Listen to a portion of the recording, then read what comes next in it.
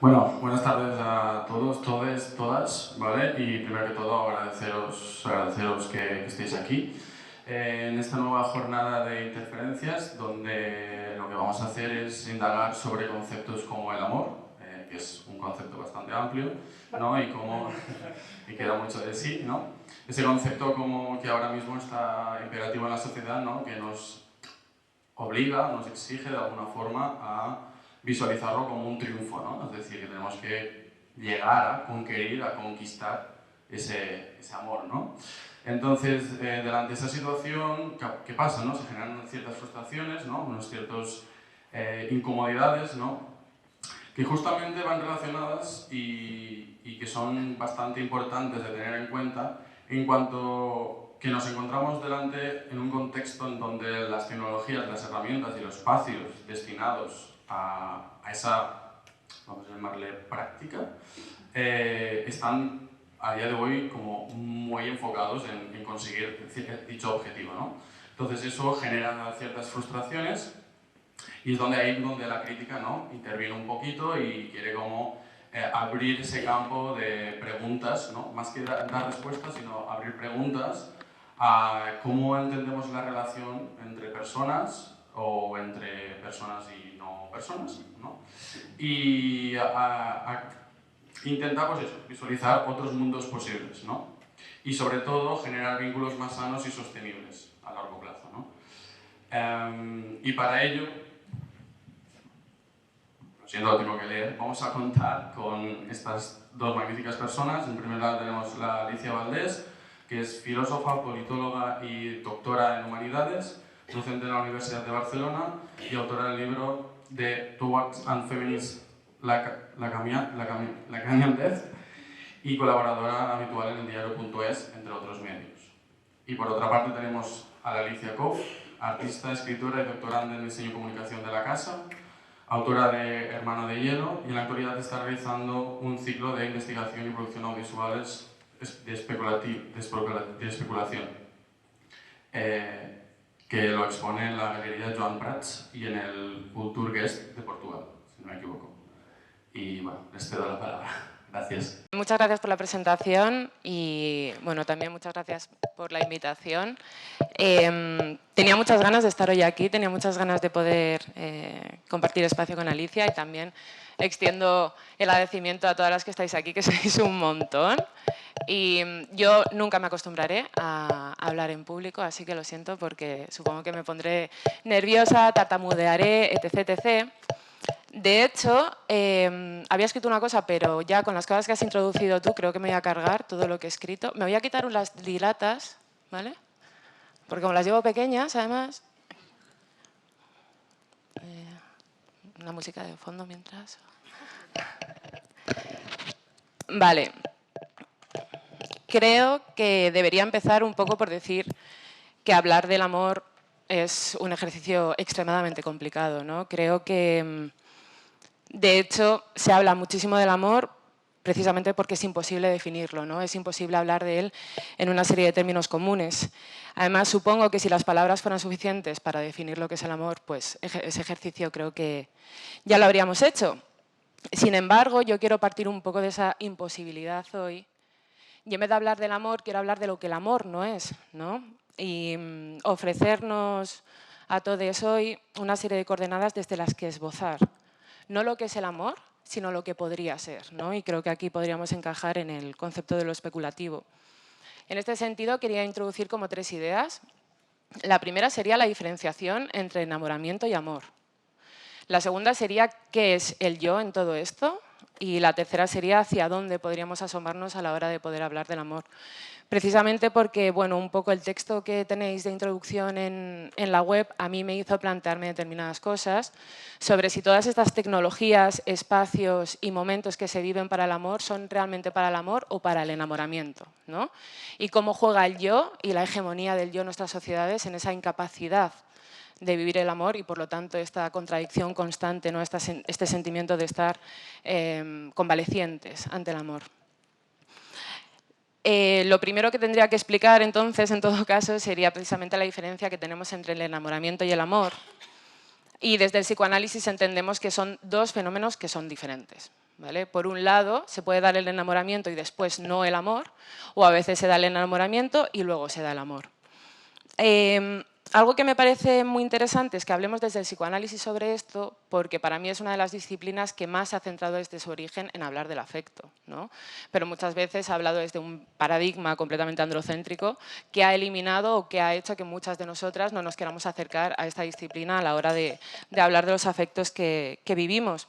Pero, sin embargo, ya en 1921 Freud nos está diciendo, ostras, con la palabra amor estamos hablando de un montón de fenómenos amorosos, los estamos englobando como si fuera amor, pero quizás no todos los que estamos englobando como amor sean realmente amor. Es decir, hay una serie de fenómenos amorosos que todavía no tienen una serie de nombres y, por lo tanto, siempre decimos que son amor. Claro, a mí señalar la amplitud que hay, también un espectro que puede tener muchos fenómenos de diferente manera, me parece muy interesante, pero creo que también cabría cuestionarse, como estamos haciendo también desde las corrientes críticas, si todo aquello a lo que seguimos denominando amor, aun teniendo un vocabulario más extenso, es realmente amor, ¿no? Y aquí, para poder entrar en la diferenciación entre enamoramiento y amor, he de citar a Freud. Lo siento, ¿no? Abro cita, el enamoramiento no es sino un revestimiento de objeto por parte de los instintos sexuales. Revestimiento encaminado a lograr una satisfacción sexual directa y que desaparece con la consecución de este. Cierro cita. Es decir, en el enamoramiento lo que tenemos es una energía libidinal. Nosotras funcionamos por energía libidinal. Nosotras ponemos nuestra energía libidinal en diferentes objetos. ¿Qué pasa? Que cuando se da un enamoramiento, lo que estamos haciendo es darle al otro, rodear al otro con esa energía libidinal hasta que nos resulte deseoso, ¿no? Que nosotras lo podemos desear. Sin embargo, lo estamos haciendo porque en realidad quieres una satisfacción sexual, es decir, follar, ¿no? ¿Qué pasa? Que una vez que ya se ha dado esa meta sexual, que es como la define Freud, parece que ese desenamoramiento se desvanece, ¿no? Creo que esto ha pasado muchas veces, o por lo menos mea culpa, ¿no? Claro, es decir, en el enamoramiento nuestra energía libidinal rodea a alguien porque deseamos una satisfacción sexual. Una vez se da, desaparece. Lo que aparecerá después del enamoramiento es algo que tenemos que trabajar nosotras. Es decir, no porque el enamoramiento se acabe, se puede acabar el lazo afectivo con el objeto deseado. Sé que ahora todo suena como demasiado freudiano, pero no os preocupéis. En este sentido, cuando la manera en lo que puede pasar después del enamoramiento tiene que ver con cómo se va a situar el yo con respecto al otro, ¿vale?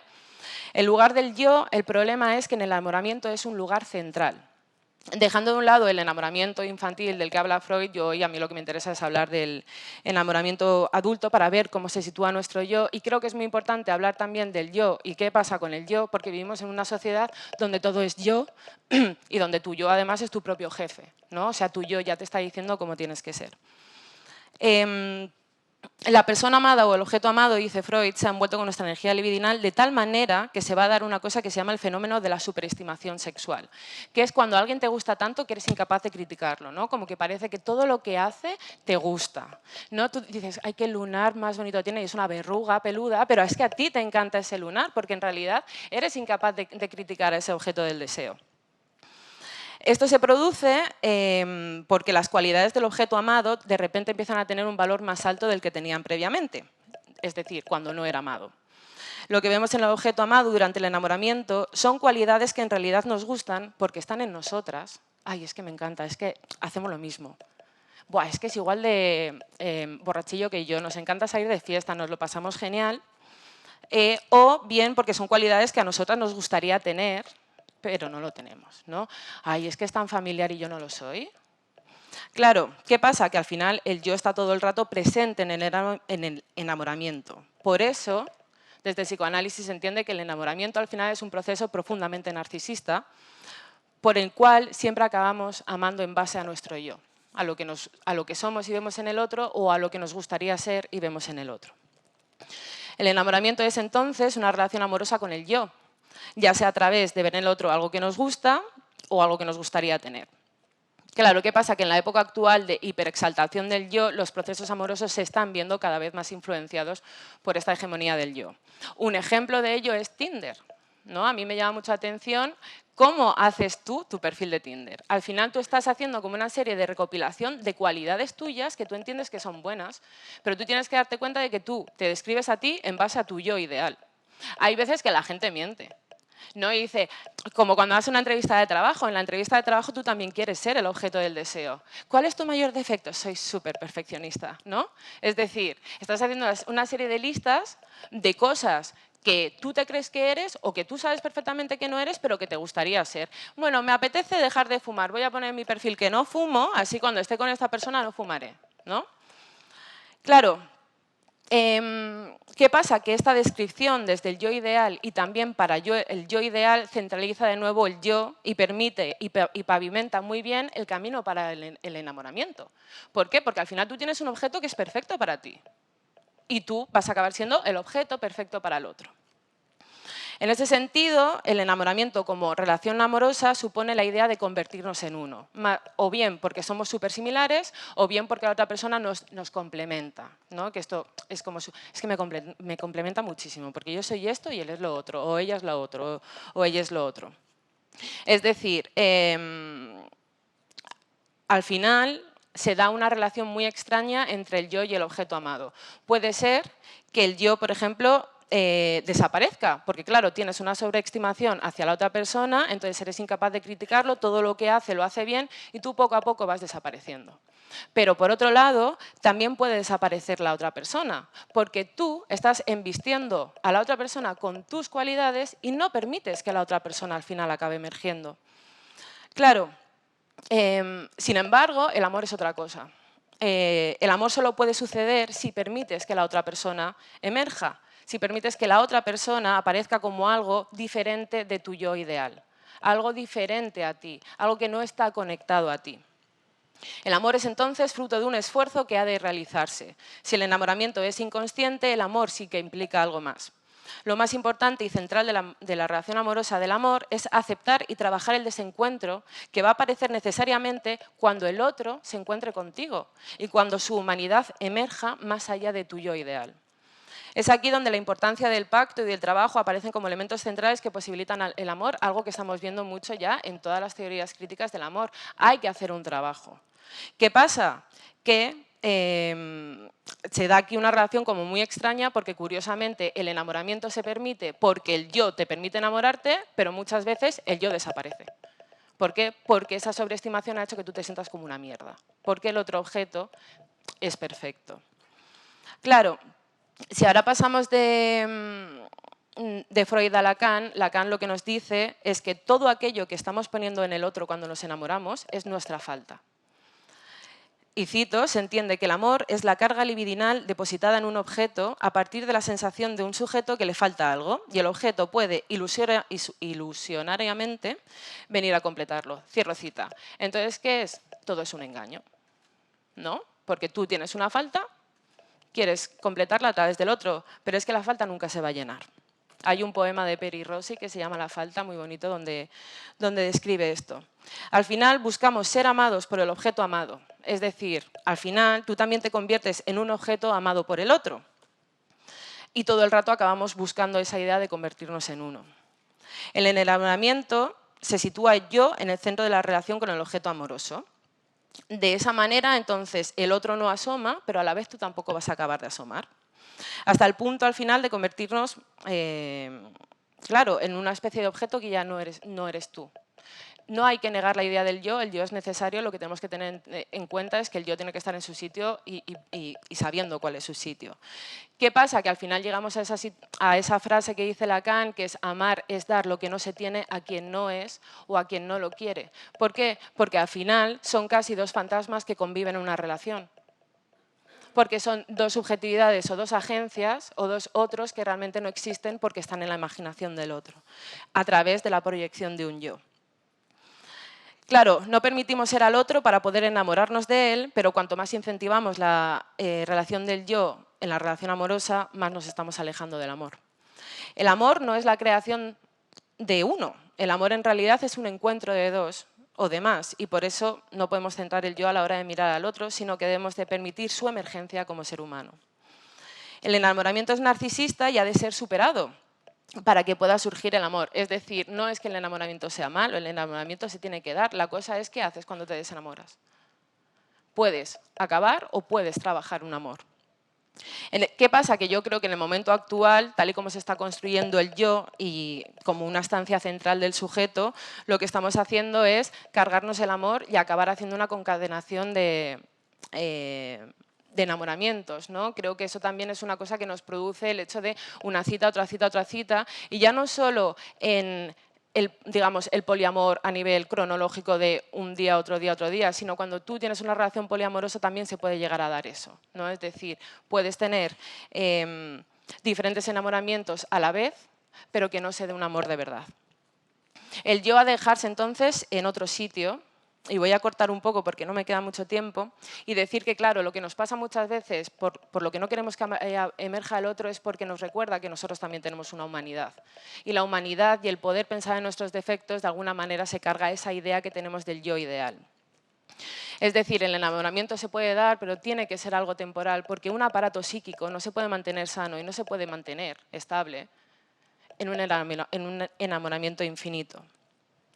Claro, yo creo que, y aquí ya vinculo a lo que creo que nos dirá hoy Alicia, yo entiendo que esta es una concepción completamente aromántica del amor para mucha gente, que puede presentar un espacio oscuro, pero es que creo que precisamente tenemos un relato normativo que habla de que el amor es espontáneo, de que el amor surge solo, de que aquí no hay nada que hacer, pero esto se ha dado porque todo el nivel simbólico, toda producción cultural lo que ha hecho es decirle a determinados sujetos que se tienen que encargar de construir el amor, mientras la otra persona podía, por ejemplo, ejercer violencia, ¿no? Entonces, creo que tenemos que empezar a generar espacios, y luego el resto de notas que tengo las utilizaré para el debate o para la conversación. Creo que tenemos que darnos cuenta de que el amor es otra cosa, que vivimos en espacios donde, o en un momento, una sociedad que está reivindicando mucho el espacio del yo, sin dejar que al final se cree una red donde pueda haber un otro además de que estés tú, ¿no? Y creo que para mí todo lo que tiene que ver con la especulación en la intimidad, para mí la amistad es uno de los grandes espacios para el amor, ¿no? Yo amo a mis amigas, ¿no? Siempre decimos nosotras, estoy enamorada de mis amigas, pero en realidad ya no es estar enamorada de tus amigas, porque ahí sí que dejas mucho más que emerja el otro. Entiendo que mucha gente puede decir qué postura tan poco romántica, pero es que en realidad el amor que se nos presenta tampoco es romántico, y habría que también preguntarse cuál es el paradigma romántico de ese hombre, aquel cuadro, ¿no? De ese hombre solo ante el abismo. Esa es la idea del romanticismo.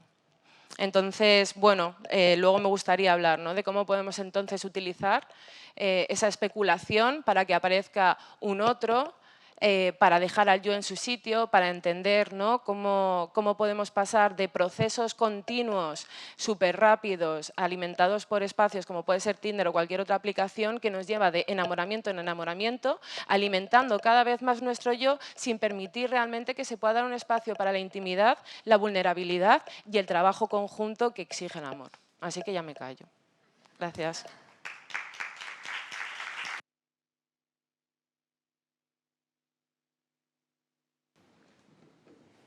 Bueno, yo voy a empezar no con palabras mías, sino con palabras no humanas. Creo que van a aparecer ahora. Son una conversación entre yo y un chatbot. Y en ese caso se trata de un intento de seducción.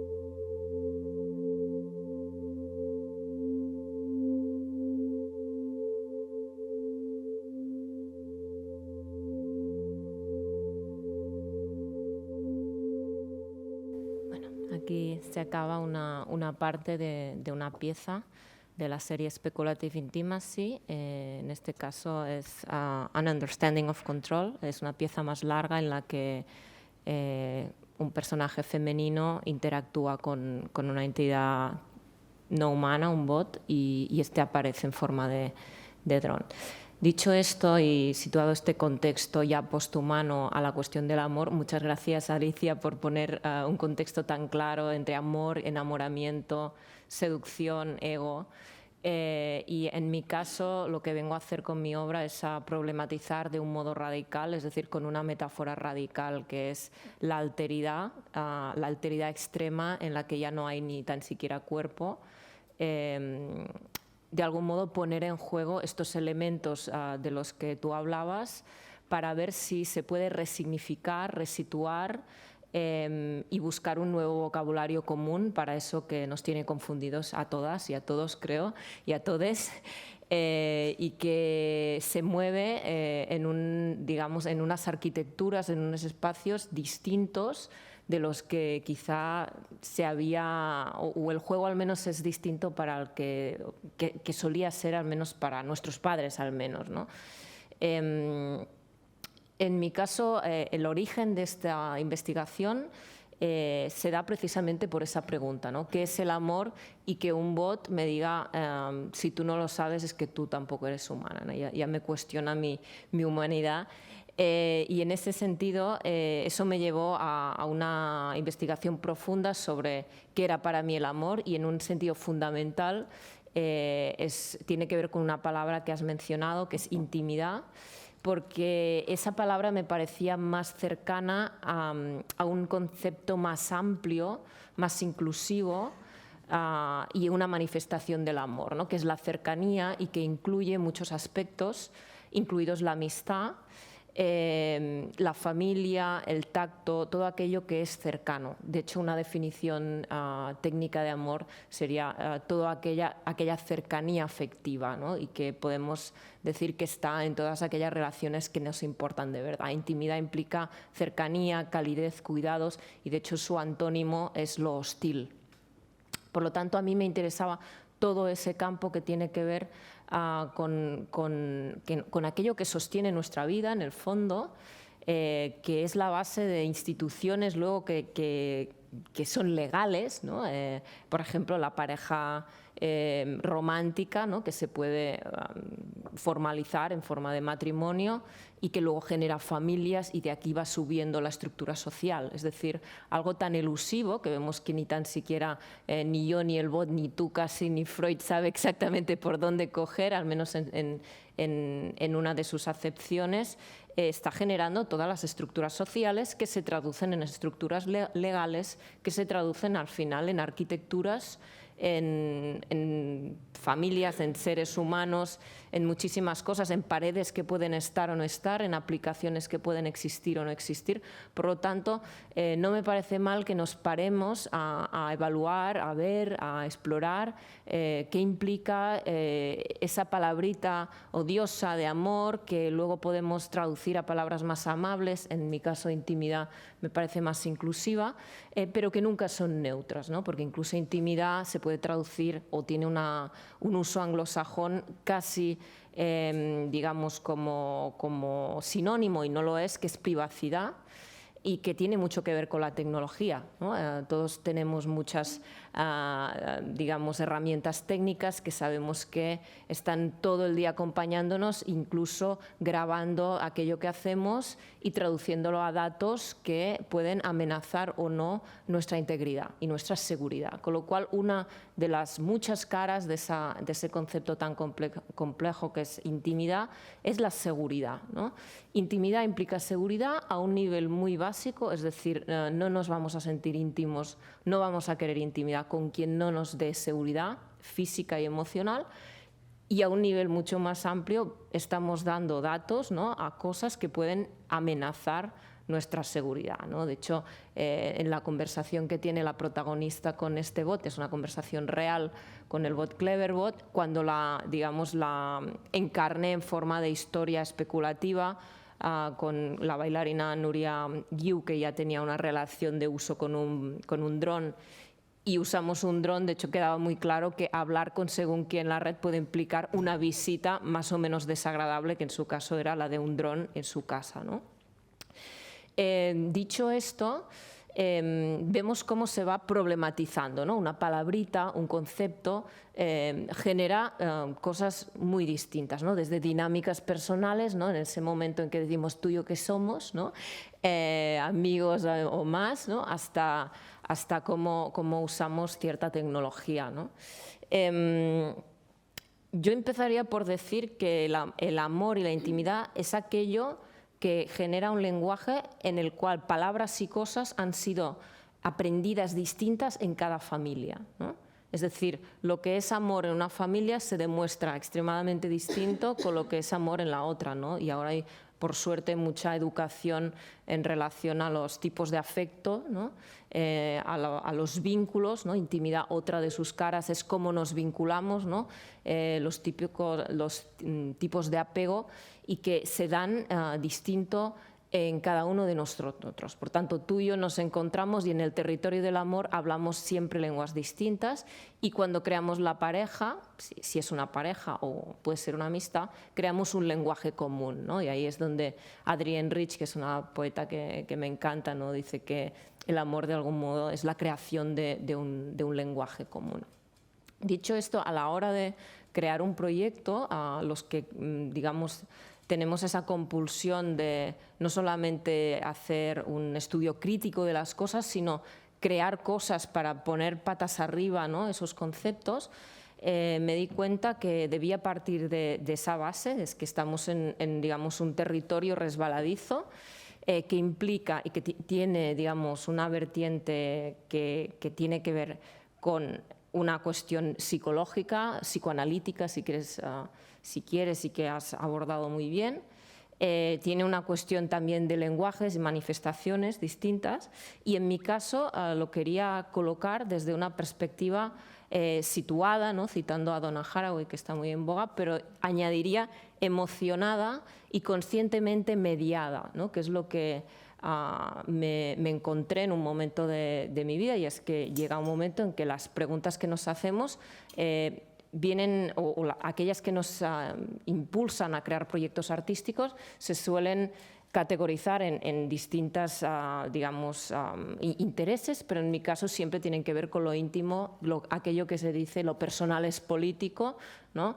Y en mi caso con lo que más me toca, ¿no? Y digamos que en un momento de la treintena todos nos podemos ver en ese momento que decimos, bueno, quiero o no una pareja, quiero o no una familia, ¿no? Y eso es lo que, digamos, genera el origen de un proyecto, y por lo tanto, si quiero esto, ¿qué es, ¿no? La intimidad? Que en el fondo va a ser la base donde crezca todo este proyecto, ¿no? Por lo tanto, desde una perspectiva afectada, no desde persona que está fuera de eso, que eso no le toca y que habla desde un conocimiento, sino de un conocimiento externo y en pretérito, sino que hablo desde una posición de persona afectada que en un momento dado se vio en esas arquitecturas nuevas del deseo y de las relacionalidades actuales, de lo que se puede llamar amor líquido, de incluso probar estas aplicaciones. Intenté pensar cómo podía, a partir de metáforas radicales, buscar todas las aristas del concepto para ver si podía expandirlo y también si podía profundizarlo y hacerlo consciente, ¿no? Ahora está muy de moda esto de relaciones conscientes, ¿no? Cosas conscientes, que el psicoanálisis ya me explicará, tengo muchas ganas de hablar contigo, ¿no? Para hasta qué punto podemos hacer un deseo consciente, ¿no? Hasta qué punto podemos controlar eso. Lo que sí yo podía, digamos, abordar era cómo se estaba dando esto en mí y cómo yo problematizaba esto a raíz de las situaciones en las que me encontraba, ¿no? Una cosa, por ejemplo, cuando intenté abordar esto desde el arte, me di cuenta que aunque las TED Talks de qué es una relación amorosa y cómo tenerla tienen millones de usuarios, la crítica académica sí se ha dedicado mucho a las identidades, y es necesario, ¿no? El feminismo, la teoría queer, ha habido como de algún modo una emergencia de distintos tipos de definiciones de nuevas identidades y de crear y romper fronteras, pero de nuevo nadie me decía ni qué era el amor, ni qué era la identidad, ni cómo se jugaba todo esto en algún tipo de pareja, fuera o no heterosexual, ¿no? Por lo tanto, no encontraba referentes en el conocimiento académico y tampoco lo encontraba en los proyectos artísticos, que es donde yo más a menudo encuentro propuestas interesantes, aunque sí encontré uno, voy a citar a una compañera, Joana Moll, que tiene un proyecto que se llama The Dating Brokers, en el que ella estudió pues, el panorama de las apps y vio que pues, estas arquitecturas relacionales, ¿no?, que se basan en una economía de la abundancia y de la comodificación del yo en forma de una imagen y un texto, pues se dedicaban a vender entre sí los perfiles, porque a menudo hay muchos más hombres que mujeres, etcétera, y que resulta que nuestros perfiles valen 50 céntimos y se pasan de distintos tipos de plataforma, más que estas plataformas venden información privada, o llamaríamos sensible, íntima si queremos, para distintos fines publicitarios. Con lo cual, ya no solo se trata de definir el amor más allá del vínculo romántico, sino que además circula por unos entornos que podemos llamar capitalismo digital, en el que tienen un valor y hay un tipo de comportamientos nuevos. Y con esto no digo que ahora las problemáticas que haya en el amor pasen exclusivamente en estas redes, que a mí personalmente no es lo que más me interesa, aunque sí creo que todo el capitalismo digital ha generado un tipo de subjetividades y un tipo de casuística que quizá antes no pasaba con tanta frecuencia, ¿no? Y daré un par de nombres muy comunes que todos habéis escuchado, que serán el comportamiento del ghosting, que tiene que ver con un exceso, ¿no?, de abundancia relacional en la cual el otro, si es irresponsable afectivamente, ya no puede gestionar eso y corta el contacto sin explicaciones. Eso antes en comunidades pequeñas no se podía dar porque simplemente te lo ibas a encontrar y por lo tanto esa persona requería una explicación, y si se daba era un caso raro, no frecuente como hoy. O el narcisismo, es decir, el aumento del narcisismo en tanto que el otro es un objeto al otro lado de la pantalla, y los otros de algún modo son una red de servicios, ¿no? La uberificación de cualquier tipo de necesidad que se traducirá en que me traigan algo a casa o que una app me la proporcione, ¿no? Sean servicios psicológicos, de meditación, sexuales en el caso de apps de citas, ¿no? Con lo cual vemos que si ya el concepto en sí es problemático desde lo que sería su propia definición, hay unas arquitecturas relacionales que han cambiado y han generado cierto tipo de relacionalidades y también subjetividades, digamos, en personas, yo diría, algo más jóvenes, pero también podría darse, ¿no? Es decir, la mayoría de cosas que pasan no son nuevas, pero el modo, la cantidad y la amplificación del modo en que pasan sí son nuevos. Por tanto, eso requiere, y ahí citaré una pensadora que últimamente me está ayudando mucho, que es Catherine N. Hales, y que bebe de los nuevos materialismos y del pensamiento especulativo, y dice que de algún modo ahora no podemos evitar ser conglomerados o assemblage cognitivos técnicos humanos. Es decir, todos vamos con un dispositivo que en un momento dado nos permite tener acceso a, digamos, 500 posibles personas candidatas a tener una relación amorosa, ¿no? Y en ese sentido, la gestión, se llama gestión o dicen gestión de las propias emociones, a mí me parece un término horrible, técnico, del mundo laboral, y que de algún modo cito aquí para deshacerme de él, que es: las emociones, lo siento a todo el mundo que nos esté mirando y oyendo, no se gestionan. Yo creo que se pueden abordar, trabajar, se pueden de algún modo manejar de muchas maneras, pero no sé si gestionar. En todo caso, tenemos una herramienta nueva que ya no podemos separar de nuestra subjetividad, que es el móvil, y que es una herramienta de broadcasting de nuestro orden o caos emocional, Y ahí se generan situaciones, como tú has dicho, que tienen que ver con, por ejemplo, el encadenamiento de enamoramientos ilusorios y la proyección, ¿no? Que es otro concepto que viene del psicoanálisis y me parece súper interesante, que es cuando, de algún modo, entendemos ese otro a partir de proyecciones que hasta cierto punto siempre son inevitables cuando nos enamoramos, ¿no? Pero que de algún modo radical, ¿no? Cuando se define ese amor, de algún modo es entender al otro como otro y amar al otro como otro, es decir, desde la diferencia y no solamente desde mi yo expandido por la falta o por el exceso hacia él, ¿no? Y aquí más o menos quería cerrar mi parte y en el entendido de que cuando los artistas creamos, sea escribiendo, sea generando nuevas narrativas, y aquí la parte especulativa de mi trabajo, lo que hacemos es explorar todos esos límites para ver si generando nuevas narrativas podemos crear propuestas que son lúdicas a veces, que no son moralistas, como sí es a veces la literatura especulativa, que tiene ese carácter, y que son de algún modo afectadas, encuerpadas y de algún modo, bueno, un ejercicio de poner las cosas patas arriba para ver si podemos encontrar un nuevo orden. Vamos a ver uno de estos ejercicios para cerrar ya mi parte y poner las cosas ya en diálogo con vosotras y vosotros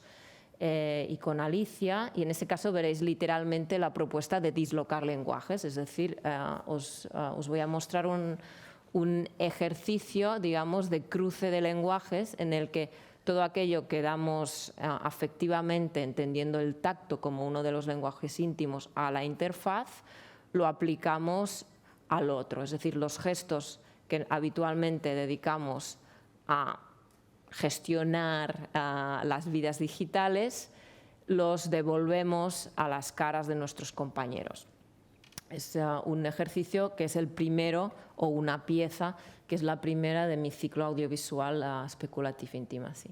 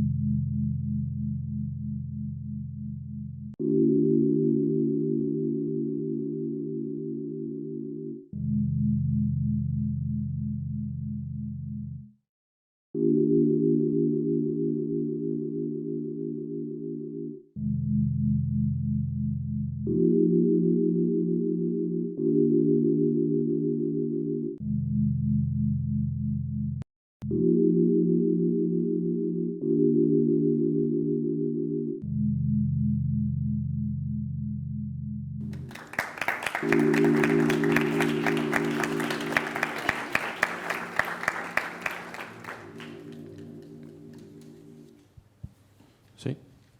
Bueno, creo que ahora es un buen momento para abrir esta conversación a todo el mundo, es decir, no tanto solo entre ellas, sino también si hay alguien en el público que quiera participar, aportar, preguntar, cualquier cosa, pues creo que es un buen momento. Sí. Yo quería empezar a preguntar, tengo muchas preguntas Cabrán para ellas el turno. Alicia, luego ya voy a Vale. explayarme, pero voy a hacerte una concretamente como persona que entiendo que eres especialista en psicoanálisis. Bueno, a ver, yo especialista Bueno, pocas cosas que no sean fracaso. Pero bueno, dime. ¿qué piensas de la idea del formato dating? Es decir, de que cuando se inicia una relación se inicie en unos términos, digamos, en una, digamos, arquitectura conceptual, vamos a llamarlo así, en que llamamos a eso cita. Lo digo porque personalmente tengo como cierta intuición de que ya solo por ponerle este nombre las cosas empiezan a ir por un lado que muchas veces no debería ser. Es decir, que ya se convierte en una especie de entrevista de trabajo para ver si vamos a obtener o no aquello que podríamos decir que se desea cuando se va a eso, ¿no? Y que, digamos que en otros contextos, ¿no? La relación se desarrollaría normalmente, pero por el hecho de llamarle cita, ya eso ya va a una dirección muy concreta que acelera el ritmo de las cosas, con lo cual ya van de algún modo distinto de lo que irían. Sí, bueno, aquí no hablo como especialista de nada, o sea, que voy a mezclar un poco como mi propia experiencia con... Porque, por ejemplo, a ver, yo soy lacaniana porque soy antilacaniana, o sea, quiere decir, en realidad yo lo que hago es una subversión del psicoanálisis que aplico a lo que a mí me da un poco la gana, ¿no? Pero sí que hay una serie de conceptos que a mí me parece que son muy interesantes. De hecho, lo que yo planteo en mi trabajo no es volver al psicoanálisis, sino plantear un análisis del discurso desde el psicoanálisis, ¿no? Porque yo también coincido con esa idea de que al final el amor para mí es la creación de un lenguaje con otra persona, ¿no? Tener un propio lenguaje. Aquí estamos viendo un lenguaje que probablemente personas de otras generaciones no comprenderían. No entenderían que esto es un swipe, ¿no? O que esto es un super like, ¿no? Entonces, creo que eso es interesante. Hablar del discurso, cuáles son los gestos y cuál es el nivel simbólico que habitamos para poder relacionarnos con el otro. En este sentido, yo es que de verdad creo que estamos en una sociedad de predisposición al enamoramiento. Porque es predisposición del enamoramiento sobre el yo, con el yo, ¿no? Entonces creo que al final, sí, el dating, o sea, las citas de toda la vida, ¿no? Al final creo que lo que se está haciendo es como una mercantilización. O sea, tú estás haciendo de alguna manera una entrevista de trabajo. De hecho, tú ya sales con la predisposición de un checklist. El red flag es otro tipo de checklist, pero no deja de serlo, ¿no? O sea, es como, ¿qué cosas voy a ver en la otra persona que pueden hacer que se convierta en mi objeto de deseo o no? Y creo que esa predisposición al final lo que acaba haciendo es que obviamente no va a haber amor después. Porque tú ya estás diciendo que el proceso que vas a vivir con esa persona es de un enamoramiento y claro, o sea, es que ¿cómo vas a generar vulnerabilidad en ese espacio? ¿No? O sea, ¿cómo vas a...? Si no hay una intimidad, tú no puedes ser vulnerable. Si tú ya estás preparando ese espacio como un espacio donde se tienen que construir determinadas cosas y luego entiendo que esto suena muy psicoanalítico, pero es que realmente, tal y como se han pensado, muchas de las apps se están planteando en metas sexuales.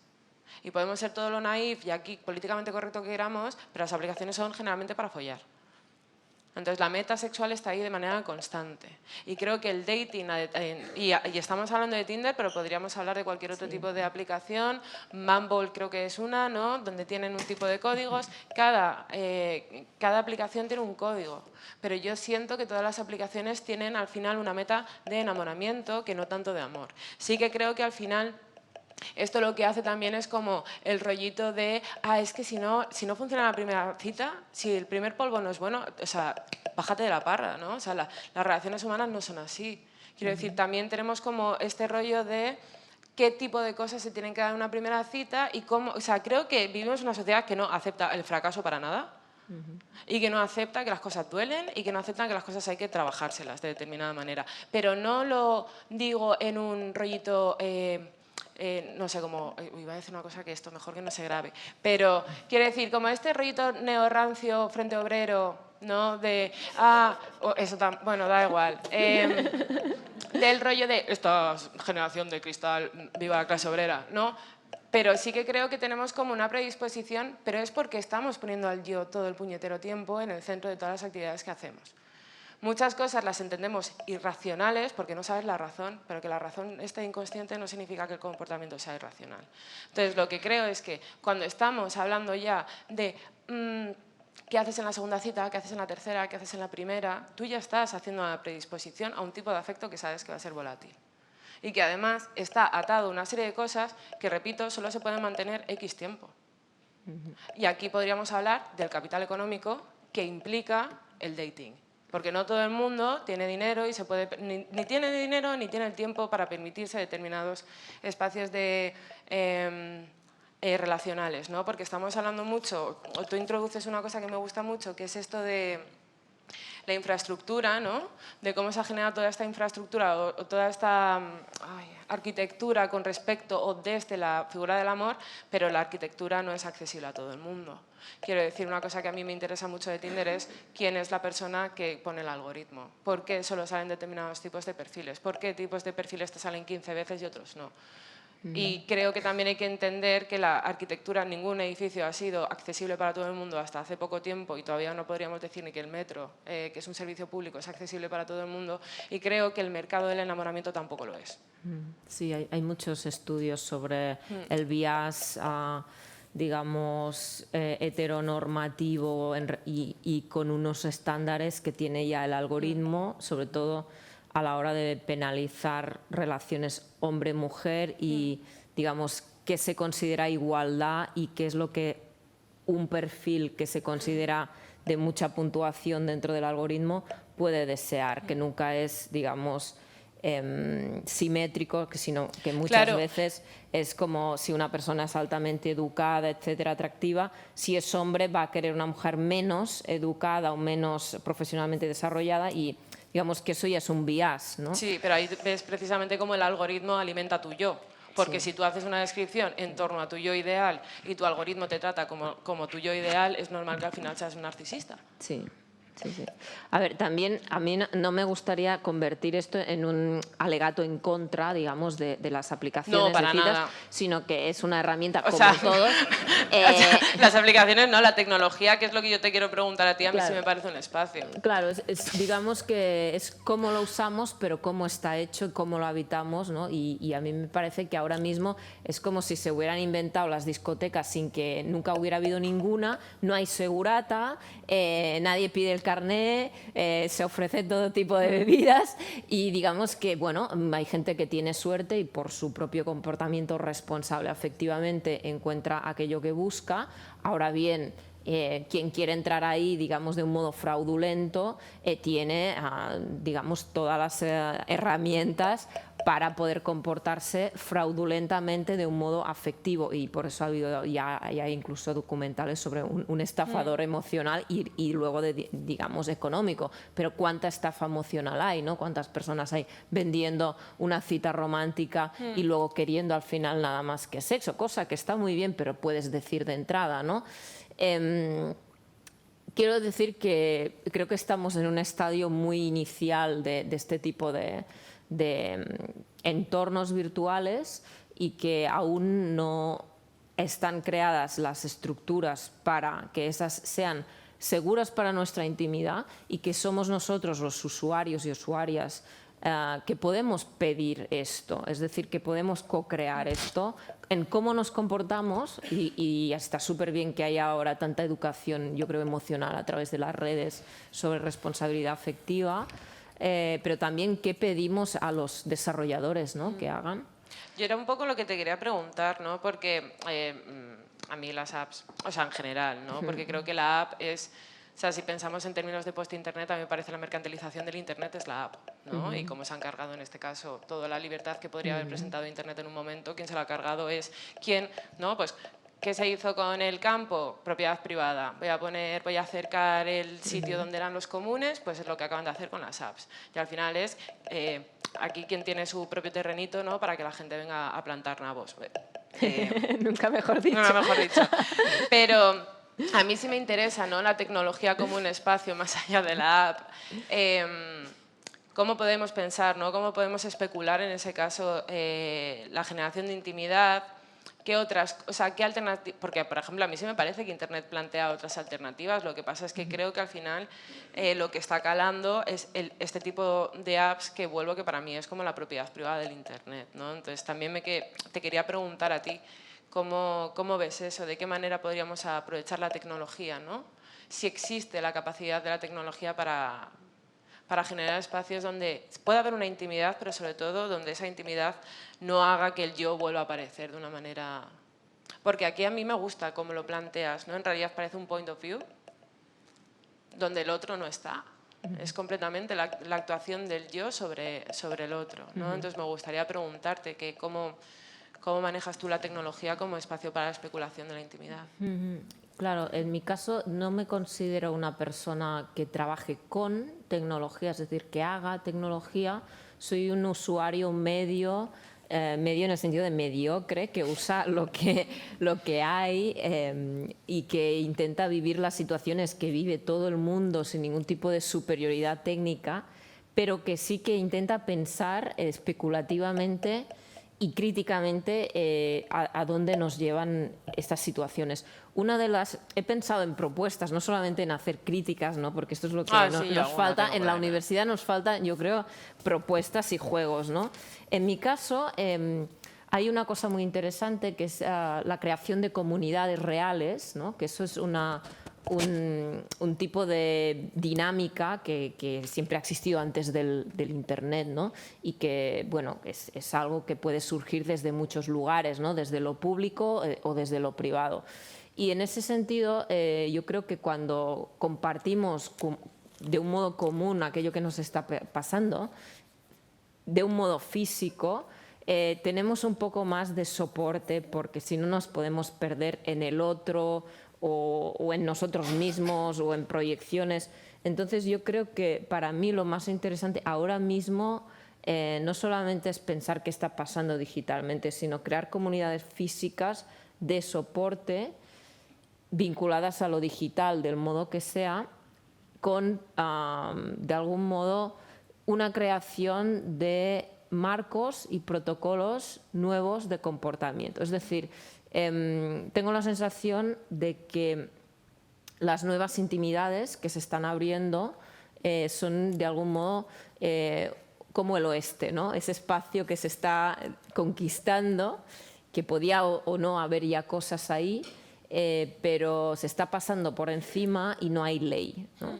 Entonces, yo creo que creando comunidades, o esta es de momento mi pequeña solución personal, en las que nos acompañamos en los procesos emocionales en los que estamos, pueden ser un grupo de amigas, puede ser una comunidad, un coworking, puede ser el lugar que podamos, pero que también las instituciones públicas deberían incentivar a crear, podamos crear códigos de conducta nuevos para crear lo que yo llamaría una casa del corazón. Para mí, y con eso me gustaría como incidir mucho, la intimidad la podemos politizar, la podemos historizar, tendríamos una larga historia del concepto de intimidad, que es burgués, que es antropocéntrico, etc. Pero sea postantropocéntrico, tecnológico o no tecnológico, al final tiene que ser una casa del corazón para todas, todes, todos. ¿Cómo construimos esta casa del corazón? ¿Desde dónde? Desde la amistad, desde los lazos comunes y desde la presencia y el cuidado. Eso no se dará en una app. Una app puede ayudar, ¿no? o el Internet. Entonces, para mí la pregunta es cómo construir casas del corazón desde lo físico y con apoyo o no virtual. Y ahí te he girado la pregunta, pero sí, ya que aquí hay diseñadores, arquitectos, me gustaría pensar desde ese lugar. Sí, bueno, has dicho como dos cosas que a mí que a día de hoy son como las que me ayudan a...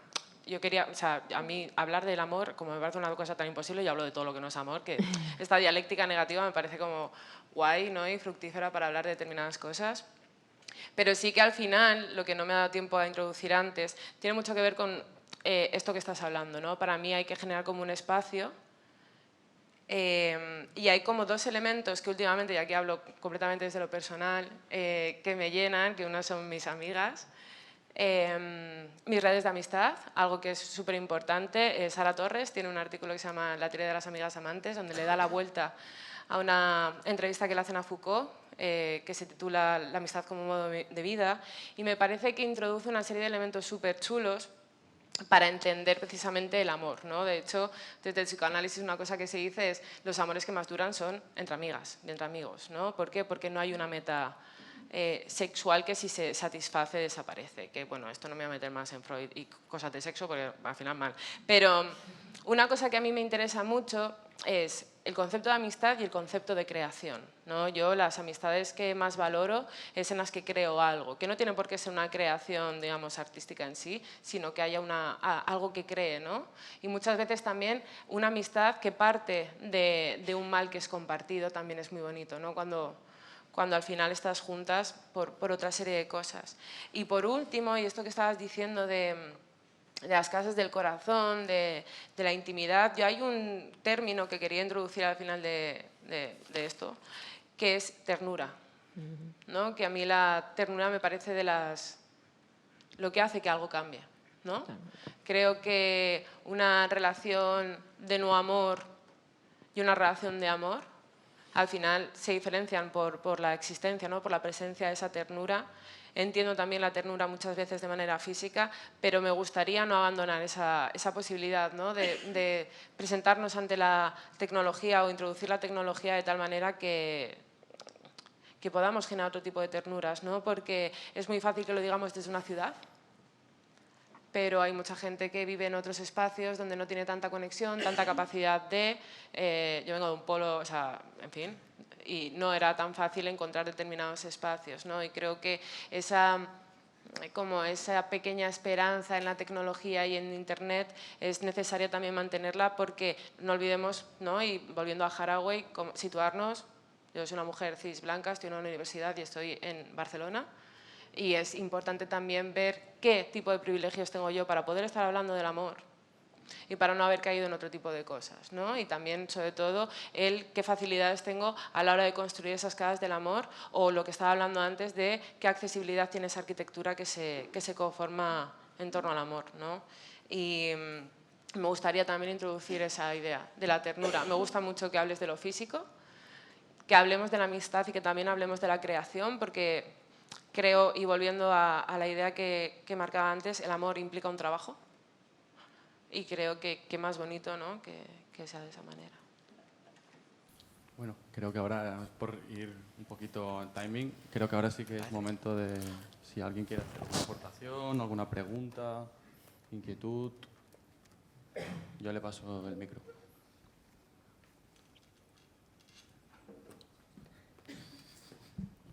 Hola, sí.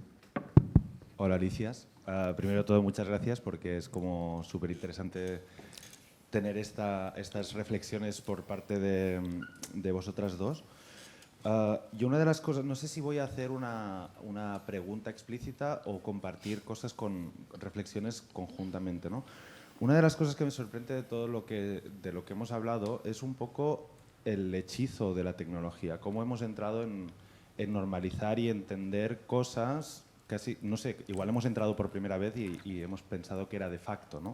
Cuando en el fondo creo que habéis puesto mucha luz con esta mirada crítica, ¿no? Desactivar ciertos hechizos, de decir, bueno, esto a lo mejor no es tan normal, esto a lo mejor no es tan lógico. ¿A qué te refieres? Bueno, ¿a qué me refiero? A ver, vale. Acoto. Creo que cuando utilizamos ciertas tecnologías o cuando estamos en la visión contemporánea del capitalismo, donde parece que todo es una competición, que estamos intentando conseguir objetivos, entramos en una resonancia social en la que se normalizan conductas y se desnormalizan otras conductas, ¿no? Yo creo que estamos invadidos y invadides por una cuestión de cantidad. Hay una aceleración temporal, hay una aceleración informacional más que material y creo que esto viene mucho de un dispositivo que lo podemos achacar a Internet, pero Internet es quanti y quali, o sea, Internet tiene muchas facetas. Has hablado de esta privatización que ha provocado las apps, ¿no? Un poco en la idea del Internet que podía haber sido. Yo, así como compartiendo, me gusta mucho ligar por un chat, porque en un chat no tienes perfil, es un nick, empiezas allí, no sabes quién es el otro, qué pasa, ¿no? Y creo que no nos hemos empoderado a veces al entender que uno puede estar orgulloso de hacer esto, ¿no? Es como que eres un friki si... No, es que prefiero el chat de los 80s. El chat de Terra de toda la vida. Claro, claro, y aún existe. Si alguien no lo sabe, que entre, que es guay. Pero ¿por qué es guay? Porque está cuestionando toda una serie de cosas. Por ejemplo, no al perfilado, no a la presunción de que estoy en un mercado, sino que empiezo una conversación random con alguien, que es lo que me apetece en ese momento, ¿no? Entonces, creo que hay una parte de tecnologías que están muy invisibilizadas, que el hechizo nos hacen pensar que no son importantes, ¿no? El software libre ha levantado Internet. Internet corre todos bajo Linux. Pues lo que nos flipa es Zuckerberg y sus nuevas redes privadas, ¿no? Wikipedia, ¿no? O no sé, como toda una serie de comprensiones. Es decir, allí hay un material que seguramente parte de otra textura, que es más cualitativa, que es más lenta, que es más... ¿Dónde están las interfaces? ¿Cómo nos empoderamos con las interfaces de los losers, los que no quieren trabajar, los que son antisistema, ¿no? Como, ¿qué pasa cuando el punk antisistema se hace Tinder? Es como, Dios, ha fallado algo. No, o sea, ¿no? Entonces, un poco esta reflexión de... Mi pregunta un poco, si puedo lanzar una pregunta, es ¿cómo veis esta parte del lado más cualitativo, el lado más alternativo, cómo se ha convertido en simulacro con muchas otras cosas, ¿eh? ¿Cómo se ha desdibujado un poco los valores que seguramente apelan mucho más a la intimidad o apelan más al amor como un compromiso de crecimiento? Y nos hemos lanzado al enamoramiento y al consumo, yo creo, un poco hechizado. Yo me siento hechizado y digo, uy, tengo que estar todo el rato luchando para separarme de esta idea de consumo. Claro que me gusta consumir, no sé, como que a nadie le amarga un dulce, pero es como, ya, pero es que creo, a lo mejor quiero construir otra cosa, pero hay mucho ruido, o sea, me cuesta mucho poner en valor el chat y decir, no, es que es político, que yo quiera chatear y no tener un perfil es político, ¿no? Entonces, bueno, no sé si es una pregunta, lo siento. Sí, no sé si quieres decir tú algo. A mí esto que estás hablando como de la tecnología, yo creo que también, o sea, el otro día hablando con mi pareja, el artista Elías Merino, estábamos hablando justo sobre el tema de la tecnología, ¿no? Y qué consideramos tecnología. Y me hacía mucha gracia porque yo antes era completamente antitecnología, pero las cosas cambian, ¿no? En la vida, menos mal. Y me acuerdo que él decía, bueno, da igual. Hostia, claro, aquí estamos llamando tecnología, ¿no? O sea, tecnología es un martillo, ¿eh? O sea, es que tecnología es mi maquillaje, tecnología son mis tatuajes. Tecnología es muchas otras cosas que creo que también estamos pasando por alto y que, por ejemplo, esto Paul B. Preciado lo deja bastante claro, ¿no? Creo que muchas cosas que tienen que ver con el género son precisamente tecnología, pero seguimos teniendo esta idea de que tecnología es Internet y seguimos como en Juto Mojamuto, ¿sabes? Metido ahí en casa con un ordenador y pensamos como desde la perspectiva boomer que la tecnología es un ordenador, ¿no? Cuando la tecnología está en muchos otros sitios. Y quería retomar esta idea de Elías porque creo que también sería interesante a la hora de que cuando estamos hablando de tecnología, ¿qué es tecnología, ¿no? Y por otro lado, me hace gracia, ¿no? Porque es como un aceleracionismo del enamoramiento, que creo que es constante. Sí que creo que hay un aceleracionismo claro. No apoyo para nada lo que dice Lan, pero bueno, eso es otra cosa. Y quería sacar como una cosa que hablaba hoy con mi amiga Paulina, que es, me sale un perfil como en Twitter constantemente de noticias. Es ahora se lo he contado hoy. 24 News o algo así, o News 24, ¿no? Entonces todo, urgente, no sé qué, urgente, todos los tweets son urgente, ¿no? Y alguien le contestó a la cuenta y dijo, cachai, no todo puede ser, no todo puede ser urgente porque entonces nada deja de ser urgente, ¿no? Creo que al final esto tiene mucho que ver con, claro, otra vez con la vuelta a lo del trabajo, claro. Tú date cuenta de que en un sistema capitalista neoliberal, donde todo se mercantiliza y por lo tanto todo acaba suponiendo un esfuerzo menor para el consumidor, nunca menor para el productor, y eso es importante también recalcarlo, ¿no? Cada vez es más fácil obtener no sé qué. Bueno, para ti desde Europa. pero no es cada vez más fácil obtener determinadas cosas desde otros usos horarios, ¿no? Y esto creo que es importante recalcarlo. Y el hecho de que al final, claro, tú dices, hostia, al final yo tengo que combatir mi pulsión que me lleva al consumo, ¿no? Aquí volvemos a lo mismo, que hay un trabajo que hay que hacer. O sea, y una cosa que me hace mucha gracia es que la derecha dice que el inconsciente no sé qué, no sé cuánto, y están todo el día con propaganda y con marketing, que es la cosa más vinculada al inconsciente, y aquí la izquierda de Frente Obrero dice que el inconsciente como es inmaterial no existe, ¿no? Entonces creo que también deberíamos darnos cuenta de hasta qué punto también todas estas divisiones entre lo material y lo inmaterial son ciertas, y hasta qué punto, ¿no? ¿Qué posición tomar con respecto a, joder, ¿por qué estoy haciendo las cosas que estoy haciendo? ¿No? A mí me ha parecido muy chulo que sacaras este concepto de como la magia, ¿no?, de la tecnología, que realmente sería precioso que lo pudiéramos vivir así. Es decir, qué maravilloso que yo entre ahí y de repente se me presente un desconocido hablando o luego quedando, alguien que ha surgido de la nada, aparece delante mío. Esto es, bueno, física cuántica, ¿no? Esto que ahora se ha descubierto, ¿no?, del entrelazamiento cuántico. ¿Por qué el universo nos ha unido? Qué bonito y qué genial poder pensarlo así. Y hasta aquí lo es magia y es precioso. Solamente se vuelve triste cuando ves que, no sé, ¿no?, o cuando uno ve que esa persona, como en la película Her, está hablando con 5.000 más, ¿no? Y tú no eres especial, ¿no? Pero estaría chulo pensar que sí lo es, ¿no? Y podría serlo, y lo es a veces, ¿no? Porque muchos conocemos historias de éxito que han surgido de esas apps. Yo creo que el problema es precisamente lo que comentábamos, ¿no?, de estas... yo sí conozco gente que le ha ido bien, lo que pasa que creo que... Tenemos testimonios.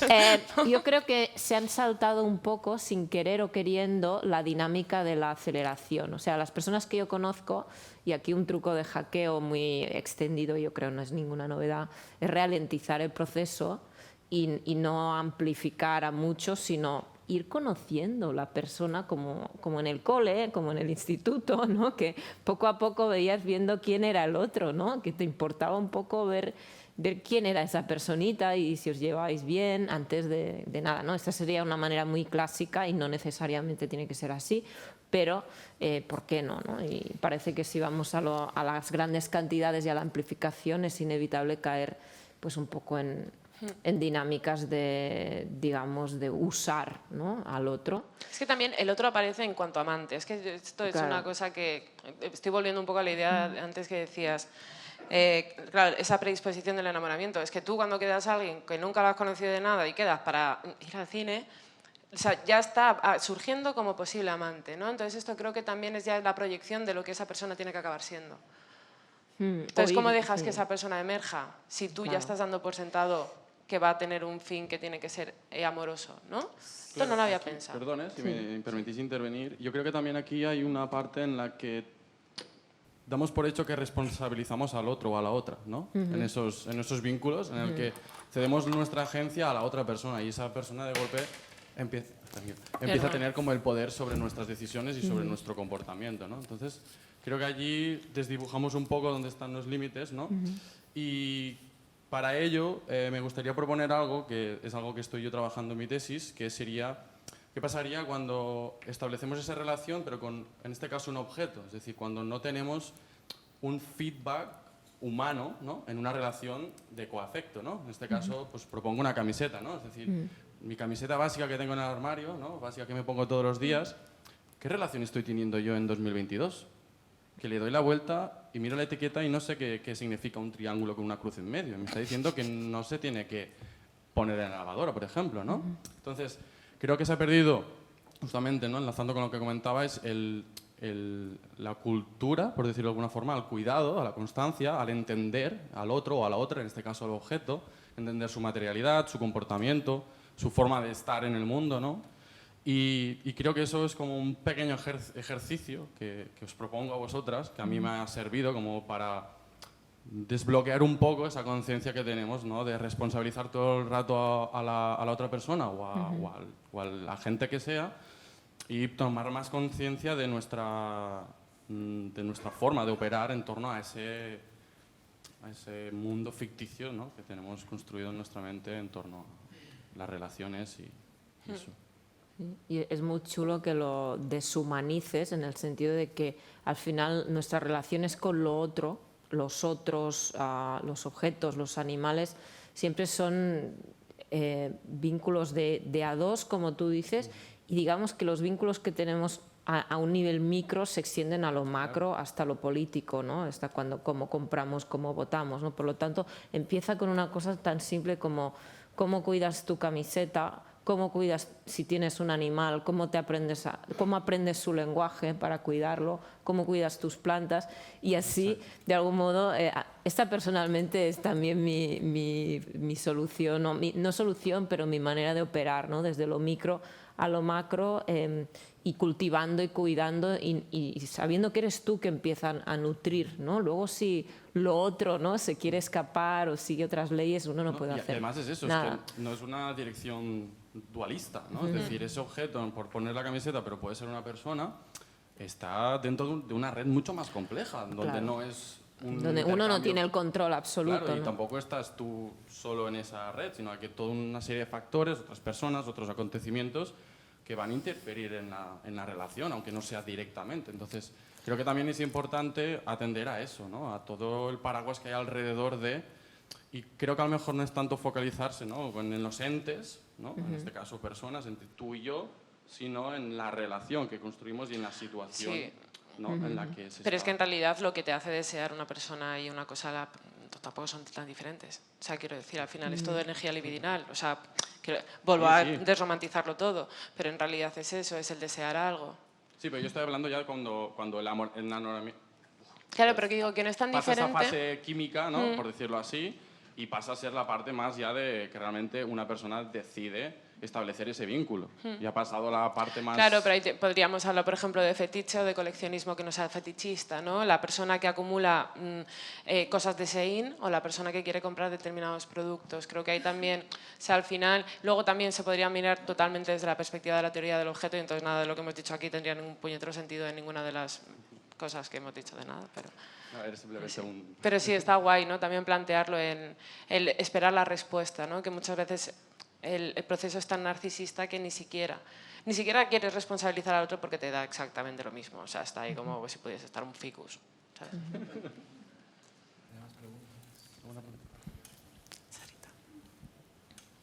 Muchísimas gracias. Os quiero hacer una pregunta a las dos a partir de la intervención de Alicia Valdés. Cuando el psicoanálisis tradicional habla de el enamoramiento como ese camino hacia la satisfacción sexual, yo creo que se olvida de una cosa fundamental, que es pensar que la satisfacción sexual no es lo mismo para todos los cuerpos y que desde luego la satisfacción sexual no sería, por ejemplo, el orgasmo, ¿no? Entonces, cuando problematizamos lo que buscamos al buscar lo sexual, también cambia la definición del enamoramiento, ¿no? Total. Cuando Deleuze propone, por ejemplo, que hacemos el amor solo con mundos, ahí la satisfacción sexual sería, por ejemplo, la ampliación de mi mundo a través del mundo de la otra, ¿no? Y por lo tanto, el hacer el amor sería una forma de desaparecer un poco de mi yo para poder existir en el mundo de una otra. Y ahí aparecería también la posibilidad del tercer espacio de la intersubjetividad, que sería el único lugar de relacionalidad posible en el enamoramiento, ¿no? Entonces quería saber qué pensáis vosotras desde distintos lugares también de la identidad y de la orientación sexual. Si quizás está habiendo un reduccionismo muy fuerte cuando pensamos que al buscar sexo todos los cuerpos buscamos lo mismo y que puede ser parte del desencuentro tan tremendo que tenemos a veces. Yo creo, a ver, el problema principal es que Freud habla, no he dicho sexo, he dicho metasexual, porque en realidad no es lo mismo, ¿no? El problema es que entendemos por la heteronorma que la metasexual es el sexo entendido como el coito. Pero en realidad yo creo que, y por eso a mí me gusta hablar de la amistad y del tema de la especulación, creo que una metasexual puede ser erótica. Creo que puede haber algo mucho más allá, ¿no? Yo no creo que las amistades estén exentas de ningún tipo de placer sexual. Creo que las amistades son muy eróticas y creo que hay unas claro, aquí también sería como ha habido una hegemonía y un monopolio, en este caso desde la perspectiva cis heterosexual, sobre que la meta sexual tendría que ser el sexo, cuando en realidad hay otro tipo, ¿no? O sea, claro, eliminamos entonces todo lo que tiene que ver con la fantasía, todo lo que tiene que ver con lo erótico, todo lo que tiene que ver con un imaginario más allá del falo, ¿no? O sea, la crítica a Freud sería, en este caso para mí, te has equivocado, loco, ¿sabes? En plan, la meta sexual puede aparecer de otras maneras, ¿no? O sea, sería como metas sexuales y metas no sexuales. Bueno, pues creo que aquí se podría jugar mucho más con generar como un desbarajuste. Yo creo que hay un montón de cosas que tú puedes hacer con un ordenador que son eróticas, ¿no? El hecho de cuando de repente el bot te dice, te puedo ver por la webcam, bueno, me parece un poco stalker, ¿no? Pero quiero decir, también me parece un momento súper voyeur, ¿no? Del rollo, te estoy viendo. Te estoy mirando por una mirilla, que en este caso es una webcam. Creo que sí que ha habido como, pues eso, ¿no? Un monopolio y un malentendido de lo que es lo sexual. Se entiende lo sexual como sexo, cuando en realidad creo que hay un espectro mucho más amplio, ¿no? Y entiendo que al final se genera un desencuentro por eso, porque tú, por ejemplo, puedes decir, tengo determinados pactos con mi pareja sobre el tema de la exclusividad o la monogamia, pero cada vez vamos generando más problematización con respecto a la monogamia. La monogamia es afectiva, es sexual, es erótica, es de deseo, ¿no? Y creo que todo esto son un montón de cosas que es bonito experimentar, sobre todo a través de la amistad. Y yo, por ejemplo, para mí, espacio especulativo es que es la amistad, a más no poder, ¿no? Totalmente, sí, sí. Me ha parecido muy, muy bonita tu intervención porque realmente al final es un encuentro de mundos, ¿no? Para mí el enamoramiento es un mundo que encuentra otro mundo y que quiere crear otro mundo común, un poco a lo Ursula K. Le Guin, ¿no? que ficciona, ¿no? Esos espacios. Y sin duda nos enamoramos también de ideas del mundo, no necesariamente de la realidad del mundo del otro, pero y que problematices qué es el sexo en todo eso también me parece algo que tenía que estar sobre la mesa, ¿no? Porque para mí el sexo es una parte importante de la intimidad, no necesariamente tiene intimidad siempre, a mí me puede interesar que la tenga, a otro no. Y qué es el sexo. El sexo impregna toda nuestra cultura, pero no sabemos propiamente hasta dónde llega, ¿no? Porque para mí empieza en la conversación, así de claro. Para mí una relación es un diálogo. Y en ese diálogo puede haber más o menos energía libidinal que acaba en más o menos un tipo de relación erótica, ¿no? Pero claro, el erotismo, ¿no? Entonces es muy chulo que salgan todas esas, de nuevo, ¿no? Aperturas del campo de lo íntimo, porque Muy yo safo creo que abren mundos también. Sí, sí. Y también lo vincularía al deseo, que en otra charla que se dio aquí se habló de la construcción de roles, ¿no? Claro, cuando la conversación se convierte en sexo, cuando se inicia el deseo, ¿cómo se inicia el deseo? La gran pregunta, ¿no? Para mí es esa la pregunta. ¿Y por qué se me ha disparado aquí con este? Precisamente, aquí entra Lacan, la herida, no sé qué, ¿no? Entonces, para mí hay un misterio en la creación y la construcción de deseo hacia qué tipo de subjetividades, qué tipo, en mi caso, de masculinidades o de subjetividades, ¿no? Entonces, que eso sea una construcción también es un misterio para mí absoluto. Es decir, no tengo aún una conclusión sobre eso, pero me parece que sigue habiendo mucho trabajo para abrir imaginarios. Sí, sí. Pues bueno, creo que lo vamos dejando aquí. Es una pena porque es un tema que da para horas, pero no tenemos tantas. Así que agradecer a ellas. Bueno, creo que por ahí hay una pregunta, pero la podemos hacer ahora con una cerveza. No sé qué habías levantado alguien. ¿No? Sí. Ah, vale, pues ahora por ahí, ¿no? Extraoficialmente. Extraoficial. ¿Cómo? Sí, nos cerramos y ahora nos vemos ahí fuera. Claro. Lo siento por los protocolos, pero nada, agradecerlas a ambas por esta fantástica conversación y a vosotras por asistir. Y nada, nos vemos a la siguiente.